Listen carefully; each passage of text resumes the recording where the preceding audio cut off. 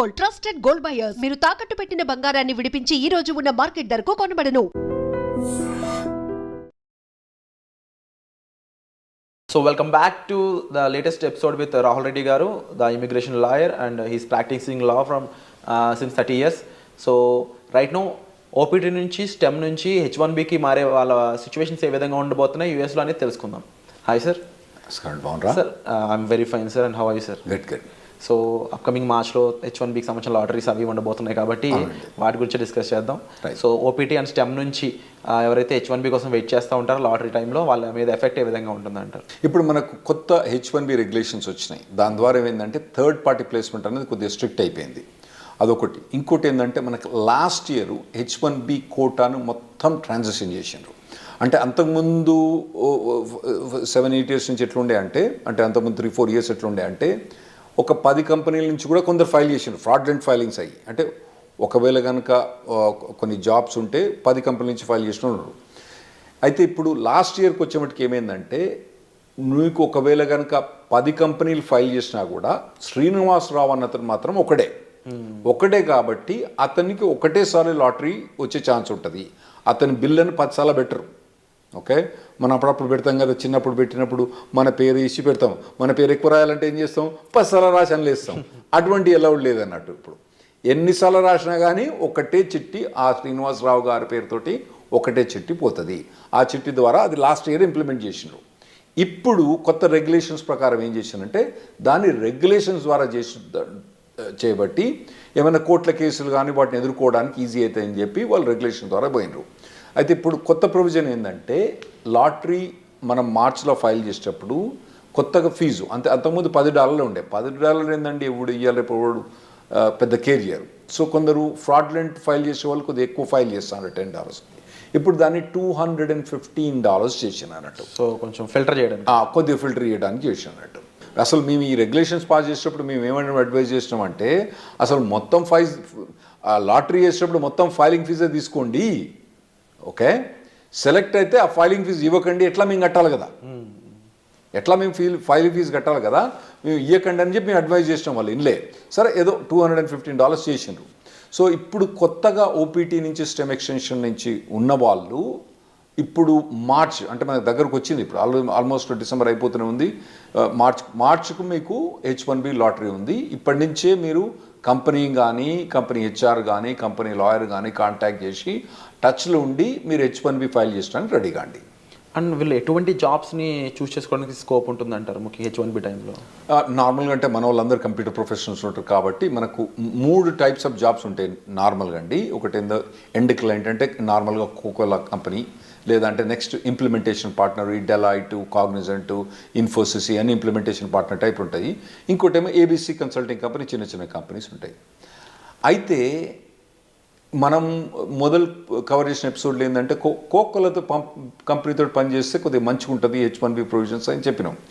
కాకపోతే ఈ end client పనిచేసినప్పుడు వాళ్ళు ఏం చేస్తారంటే నీకు 3 ఏళ్ళు వర్క్ పర్మిట్ ఉంది కదా, నీకు ఇప్పుడే H1 అప్లై చేయమంటారు.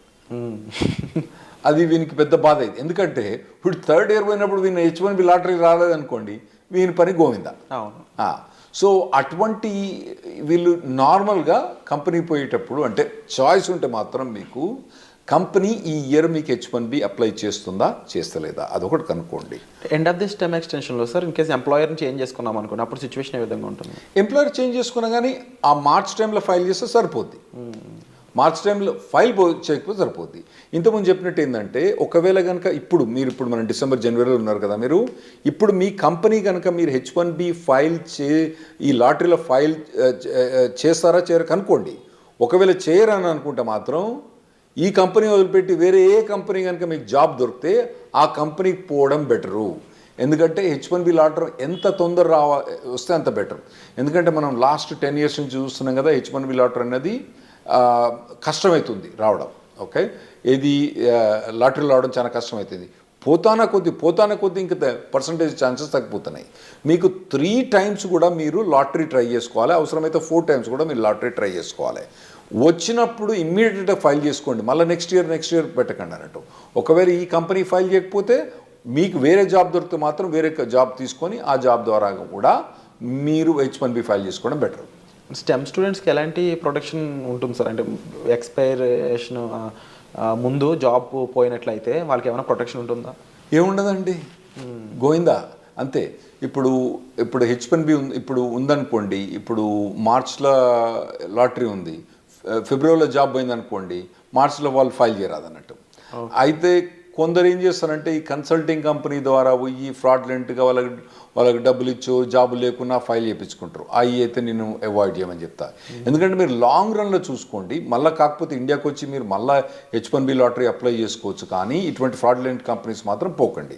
జెన్యున్ జాబ్ ఉంటే మాత్రమే మీరు H1B ఫైల్ చేయించుకోండి. జెన్యున్ జాబ్ లేకపోతే ఎప్పుడు కూడా H1B ఫైల్ చేయించుకోకండి. లేదు, ఇన్ కేస్ జాబ్ పోయింది అనుకున్న టైంలో స్టెమ్ ఓపీటీ మెయింటైన్ చేస్తూ ఎంప్లాయర్ మార్చుకునే స్కోప్ ఉంటుందా? స్టెమ్ ఓపీటీలో మనకు 90 days ఆఫ్ అన్ఎంప్లాయ్మెంట్ అలౌడ్ అండి. సో ఆ డేస్ని అక్కడక్కడ మెయింటైన్ చేసుకోవాలి. అదే అక్కడ మెయింటైన్ చేసుకోవచ్చు. మెయింటైన్ చేసుకొని దెన్ వేరే జాబ్ కనుక హాప్ ఆన్ అయితే అప్పుడు H1B ఫైల్ చేసుకోవచ్చు. కాకపోతే ఈ మార్చ్లో ఈ H1B లాటరీ ఎప్పుడు ఫైల్ చేస్తారు? మార్చ్ 1 నుంచి టిపికల్గా మార్చ్ 20th కొద్దిగా డేట్స్ అటు ఇటు చేంజ్ అవుతా అంటే ఒక 5-6 రోజులు అటు ఇటు చేంజ్ అవుతా అంటే ఆ టైంలో కనుక జాబ్ లేకపోతే కథం, మనోడు మళ్ళీ నెక్స్ట్ ఇయర్ వెయిట్ చేయాల్సి వస్తుంది. ఈ 90 days కాకుండా, ఈ టైం పీరియడ్ కాకుండా స్టెమ్ ఓపీని ఎక్స్టెన్షన్ చేసుకోలేమంటారా? స్టెమ్ ఓపీటీ అంటే 90 days అన్ఎంప్లాయ్మెంట్ ఎక్స్టెండ్ చేసుకోవడమా, లేదా 2 years స్టెమ్ ఓపీటీని ఎక్స్టెండ్ చేసుకోవడం? స్టెమ్ ఓపీటీ ఎక్స్టెన్షన్ లేదండి. స్టెమ్ ఓపీటీ అన్నది 2 yearsకి లిమిటెడ్. అయితే అందులో కొన్ని చిన్న చిన్న ఎగ్జామ్షన్స్ ఉన్నాయి. ఇప్పుడు H1B అన్నది మనం మార్చ్లో లాటరీ ఫైల్ చేసినా కూడా యాక్చువల్ H1B అనేది అక్టోబర్ దాకా స్టార్ట్ కాదు. అయితే ఒకవేళ స్టెమ్ ఎక్స్టెన్షన్ కనుక ఈ ఏప్రిల్ నుంచి అక్టోబర్ మధ్యలో కనుక ఒకవేళ స్టెమ్ ఎక్స్టెన్షన్ ఎగ్జాస్ట్ అవుతుంది అనుకోండి, అంటే ఇతని స్టెమ్ ఎక్స్టెన్షన్ జూన్లో ఎక్స్పైర్ అవుతుంది అనుకోండి, ఇతను H1B ఫైల్ చేస్తే ఈ స్టెమ్ ఎక్స్టెన్షన్ ఆటోమేటిక్గా జూన్ నుంచి అక్టోబర్ దాకా ఎక్స్టెండ్ అయింది. అట్లా కొన్ని లిమిటెడ్ ఎగ్జామ్షన్, దాన్ని మేము క్యాప్ గ్యాప్ అంటాం అన్నట్టు. క్యాప్ గ్యాప్ అంటాం. అది ఎప్పటి నుంచి? నార్మల్గా టిపికల్గా ఏప్రిల్ నుంచి అక్టోబర్ దాకా ఎక్స్టెండ్ అయింది. ఏది ఏదైతే కంపెనీ ఉందో H1B change of status file చేస్తే ఆటోమేటిక్గా క్యాప్ గ్యాప్ అన్నది ఏప్రిల్ నుంచి అక్టోబర్ దాకా ఎక్స్టెండ్ అయింది. అండ్ మనం ముందు మాట్లాడుకున్న ఈ రూల్స్ అండ్ రెగ్యులేషన్స్ అన్నీ కూడా పార్ట్ టైంలో కూడా అప్లైకబుల్ అవుతాయా? అంటే ఇప్పుడు స్టెమ్ వాళ్ళు పార్ట్ టైం కూడా సేమ్ ఇదే చేయొచ్చా, లేదా ఫుల్ టైమే చేయాలి కంపల్సరీ? మీరు అన్నట్టు ఒకవేళ కనుక H1B జాబ్ ఫైల్ చేసిన అనుకోండి, పార్ట్ టైం కూడా వాళ్ళు ఎక్స్టెండ్ చేసుకోవచ్చు. ఏది? టిపికల్గా ఏప్రిల్ నుంచి అక్టోబర్ దాకా. అయితే ఇప్పుడు కొత్తగా వచ్చిన రెగ్యులేషన్స్ ఏవైతే January 17, 2025 అప్లిక్ అవుతాయో దానికి యాక్చువల్లీ స్టూడెంట్స్ కొద్దిగా ఈజీ ప్రొవిజన్ ఇచ్చిండ్రు. కపుల్ ఆఫ్ ప్రొవిజన్స్ ఏమి ఇచ్చిందంటే, ఒకవేళ నార్మల్గా మేము H1B ఫైల్ చేసినప్పుడు అక్టోబర్ 1st డేట్ పెట్టే ఫైల్ చేయాలి, అక్టోబర్ 2nd ఫైల్ చేయొద్దని చెప్పినట్టు. ఇప్పుడు కొత్తగా ఏంది, నువ్వు ఎక్స్టెండెడ్ డేట్స్ అంటే ఇంకా లేట్ డేట్ తోటి కానీ మేము ఒకవేళ కనుక మేలో ఫైల్ చేసినా కూడా కొద్దిగా లేట్గా స్టార్ట్ డేట్ అంటే వీని స్టెమ్ ఎక్స్టెన్షన్ ఉంటుంది కదండి, ఈ స్టెమ్ ఎక్స్టెన్షన్ ఎక్కువ వాడుకోవడానికి ఇంకా ఎక్కువ రోజులు పెట్టుకొని, అంటే అక్టోబర్ 1st కాకుండా డిసెంబర్ కానీ జనవరి కానీ స్టార్ట్ డేట్ పెట్టుకొని మేము H1B ఫైల్ చేసుకోవచ్చని కొత్త రెగ్యులేషన్ వచ్చింది. ఇది స్టెమ్ ఎక్స్టెన్షన్ ఉన్న వాళ్ళకు, ఓపీటీ ఉన్న వాళ్ళకి చాలా అడ్వాంటేజ్ అండి. ఎందుకంటే అనవసరంగా 6 years H1B వాడరు. ఇంకోటి ఏంటంటే వీళ్ళకు ఓపీటీ స్టెమ్ ఎక్స్టెన్షన్స్లా వీళ్ళకు 7% ఇన్కమ్ ట్యాక్స్ రిబేట్ వస్తుంది. H1B పోయినప్పుడు రాదు. అంటే దాన్ని యాక్చువల్ ఇన్కమ్ ట్యాక్స్ అన్నాము, సోషల్ సెక్యూరిటీ అంటాము. ఆ సోషల్ సెక్యూరిటీ అన్నది వీళ్ళు కట్టని అవసరం లేదు. సో ఆ ఎగ్జామ్షన్ కూడా ఇది వీళ్ళు ఎక్కువ వాడుకోవచ్చు. ఆ ప్రొవిజన్స్ కూడా ఇచ్చిండ్రు. ఇంకోటి ఏది, స్టార్ట్ డేట్ లేట్ చేయొచ్చు అని ఉంది కదా. ఇంకోటి నేను ఏం చెప్పినా, స్టెమ్ ఎక్స్టెన్షన్ కానీ ఓపీటీ కానీ ఏప్రిల్ నుంచి అక్టోబర్ దాకా H1B ఫైల్ చేస్తే ఆటోమేటిక్ అక్టోబర్ దాకా ఎక్స్టెండ్ అవుతుందని చెప్పిన. దాన్ని క్యాప్ గ్యాప్ అంటాం. దాన్ని వాళ్ళు ఏం చేశారంటే, క్యాప్ గ్యాప్ అన్నది అక్టోబర్ దాకా కాకుండా ఏప్రిల్ అంటే మళ్ళీ నెక్స్ట్ ఏప్రిల్ దాకా వాళ్ళు ఎక్స్టెండ్ చేసినట్టు, అంటే దాదాపుగా 1 year ఎక్స్టెండ్ చేసినట్టు. ఓకే. కాకపోతే దాని కిటికీ ఏంటంటే, ఈ క్యాప్ గ్యాప్కు H1B అన్నది ఫైల్ చేయడం కంపల్సరీ. చేసిన వాళ్ళకి మాత్రం లాటరీలో సెలెక్ట్ అయ్యి H1B ఫైల్ చేసిన వాళ్ళకే ఈ క్యాప్ గ్యాప్ వర్తిస్తుంది. అంటే ఇప్పుడు తర్వాత ఈ క్యాప్ గ్యాప్ ఎక్స్టెన్షన్ కూడా H1B లాటరీలో సెలెక్ట్ అయ్యి H1B ఫైల్ చేసిన వాళ్ళకే ఈ క్యాప్ గ్యాప్ అన్నది వర్తిస్తుంది. అంటే ఈ ప్రొవిజన్ నార్మల్గా తీసుకొచ్చిన అవసరం ఏం పడిందంటే, H1B నార్మల్గా 5-6 మంత్స్లో అప్రూవ్ అయిపోద్ది. లేదంటే మనోడు ఎక్కువ పైసలు కట్టేస్తారు 3 వారాలకే అప్రూవ్ అవుతుంది ప్రీమియం ప్రాసెసింగ్కి. కొత్త అడ్మినిస్ట్రేషన్ వస్తుంది కదా, కొత్త అడ్మినిస్ట్రేషన్ అప్పుడు ఈ కొత్త అడ్మినిస్ట్రేషన్ కొత్తదేం కాదు, అంతకుముందు ఉన్నదే. అంతకుముందు మమ్మల్ని నరక యాతలు పెట్టింది ఈ అడ్మినిస్ట్రేషన్. వాళ్ళు ఈ ప్రీమియం ప్రాసెసింగ్ ఇవన్నీ సస్పెండ్ చేసిండ్రు. అయితే ఇప్పుడు క్యాప్ అనేది అక్టోబర్ దాకానే, ఇదివరకు పాత రూల్స్ ప్రకారం అక్టోబర్ దాకానే ఎక్స్టెండ్ అయ్యి అక్టోబర్లో H1 అప్రూవ్ కాలేదనుకోండి, ఇడు జాబ్ చేయకుండా కూర్చోవాలి.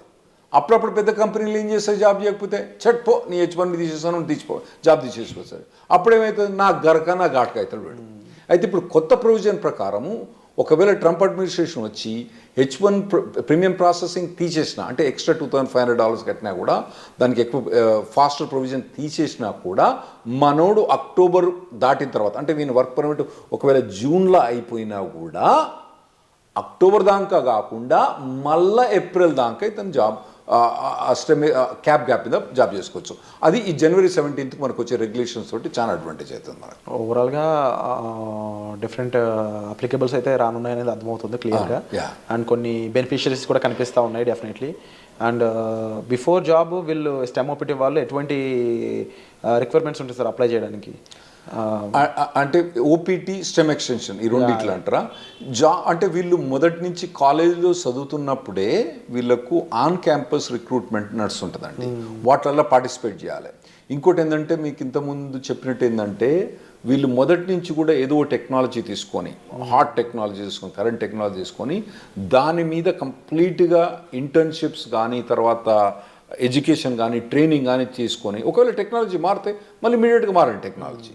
కానీ ట్రైనింగ్ అన్నది ఇక్కడ కూర్చొని ఆ సినిమాలు చూసిన దానికి వీటి చూసిన దానికన్నా ఇటు పక్క పోయి ఈ ట్రైనింగ్ ఇటువంటివన్నీ తీసుకోవడం చాలా మంచిది. ఎందుకంటే నార్మల్గా ఇక్కడ జనరల్ ప్యాకేజ్ ఏంది 5 lakhs 6 lakhs ఉన్నది. అక్కడ మీకు 80 లక్షల నుంచి మొదలైంది ప్యాకేజ్.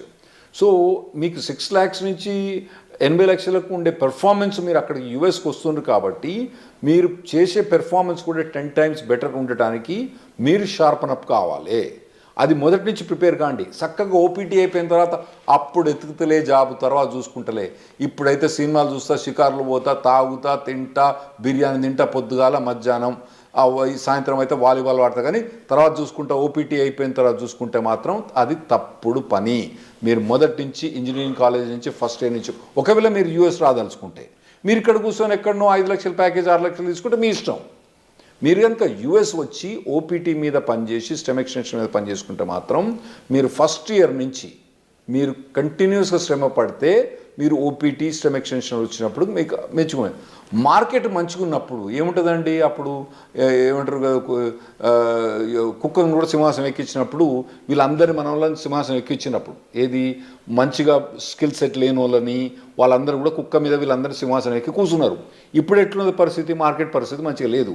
మరి మార్కెట్ పరిస్థితి మంచిగా లేదంటే యాక్చువల్గా మీరు స్టాక్స్లో బాగా చేస్తుంటారు కదా, అసలు యూఎస్లో ఇప్పుడు స్టాక్ మార్కెట్లు ఉందండి, హై రేట్స్ ఉన్నాయి, అన్నీ బాగున్నాయి స్టాక్ మార్కెట్. అయినా కానీ ఐటీ ప్రొవిజన్ మొత్తం డౌన్ అయిపోయింది. ఎందుకైందంటే మెయిన్ ప్రొవిజన్ ఏంటంటే 2021 ఎప్పుడైతే మనకు కోవిడ్ అయిపోయిందో అప్పుడు ఎట్లా హైర్ చేసిందంటే, అమెజాన్ కొన్ని కంపెనీస్ అయితే ఒకటే అండి, మీ శాలరీ ఎంత, ఇన్కమ్ ట్యాక్స్ చూపేరా అని వీళ్ళు పట్టుకుపోయినారు. నీ W2 ఎంత, నీ W2లా ఓకే నీకు 80 లక్షలు వస్తుంది, ఓకే ఒకటేరా నీకు, ఇగో 1,60,60,000 అంతే. వారు ఏం మాట్లాడలేదు. అట్లా చాలా మందిని హైర్ చేసిండ్రు. చక్కగా తీసుకుపోయి కుక్కను తీసుకుపోయి సింహాసనం మీద కూర్చోబెట్టిండ్రు. ఇప్పుడు ఏమవుతుందంటే వాళ్ళందరూ చాలా మంది లే ఆఫ్స్ అవుతుండ్రు, ఇంపాక్ట్ చూపిస్తున్నారు. ఇప్పుడు కొత్తగా వచ్చే పురాణాలకు మాత్రం ఆ లగ్జరీ ఏదైతే 2021-22లో ఏదైతే హైరింగ్ చూసిండ్రో, ఆ తర్వాత అంతకుముందు హైరింగ్ చూసిండ్రో, ఇంకా ముందు మీరు చూడరు. ఆర్టిఫిషియల్ ఇంటెలిజెన్స్ అనేది బాగా డెవలప్ అయింది. దాంతో ఏమవుతుందంటే ఈజీగా ప్రోగ్రామింగ్ అయిపోతుంది. కాబట్టి మీ జాబ్స్ అన్నవి చాలా కష్టమవుతాయి. మీరు మొదటి నుంచి ప్రిపేర్ కాండి. స్పెషల్గా మీరు యూఎస్ రాదలుచుకున్న వాళ్ళు మాత్రం మొదటి నుంచి ప్రిపేర్ అయ్యండి. మీరు ఇక్కడనే ఉండి చిన్న చిన్న జాబులు చూసుకుంటే మీ ఇష్టం. అక్కడ కనుక మీకు హై లెవెల్ జాబ్ కావాలంటే అక్కడ లో లెవెల్ జాబ్స్ ఉండవు. ఎందుకంటే వీళ్ళకి జాబ్ ఇవ్వడానికి వీలుండదు అక్కడ. ఏది ఓపీటీ స్పెషలిస్ట్ స్టెమ్ ఎక్స్టెన్షన్లా వాళ్ళు తీసుకొచ్చి $5 $10 జాబ్ ఇవ్వడానికి వీల్లేదు, రెగ్యులేషన్స్ ఎలా చేయవు కాబట్టి వీళ్ళకి హై లెవెల్ జాబ్ కావాలి. కాబట్టి ఆ లెవెల్ జాబ్ కావాలంటే మీరు ఇప్పటి నుంచి ప్రిపేర్ కావడం better. Wonderful sir. So latest updates కోసం చూస్తూనే ఉండండి. అండ్ చాలా విషయాలు అయితే మనకు రాహుల్ రెడ్డి గారు చెప్పడం జరిగింది. సో మీరు వీటిపై ఏమనుకుంటున్నారు, మీ ఒపీనియన్ కామెంట్ సెక్షన్లో మెన్షన్ చేయండి. And thank you so much for the wonderful. Thanks అండి.